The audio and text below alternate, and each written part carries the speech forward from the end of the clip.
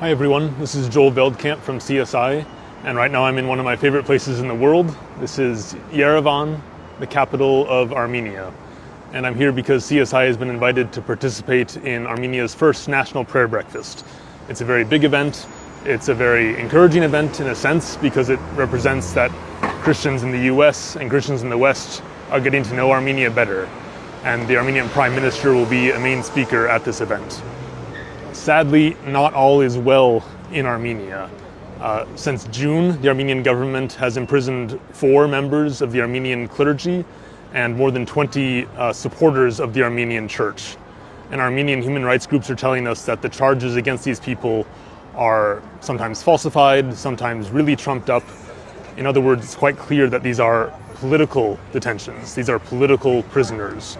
The Armenian church has been very outspoken in defense of the rights of the Armenians of Nagorno-Karabakh, who were driven from their homeland 2 years ago by Azerbaijan.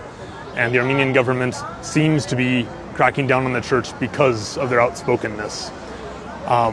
So the conversations I've had with Armenians here today are quite grim. People are really worried that we're entering a new age in what used to be a very free country, where free speech is no longer allowed and where people are afraid to voice their real political opinions.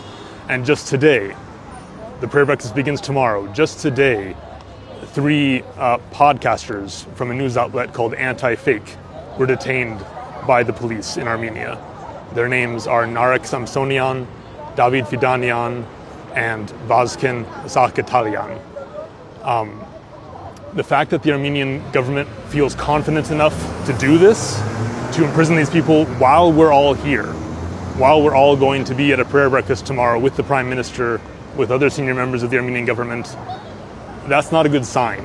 It seems to indicate that the Armenian government thinks that they can get away with repressive and anti-democratic measures and that we won't ask any questions about it.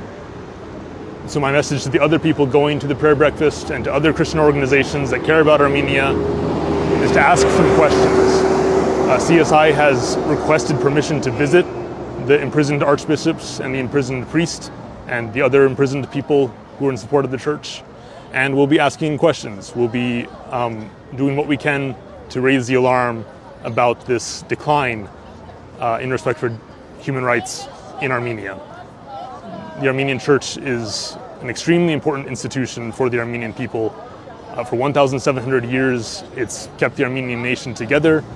And now the Armenian Prime Minister is proposing to replace its head, the Catholicos, with someone who will be chosen by a government-designed committee. Christians cannot be okay with this. And Christians from the US, we actually have the ability to speak out about this. So CSI will be speaking out, and we encourage you to speak out as well. Thanks very much. We'll have more on this subject later.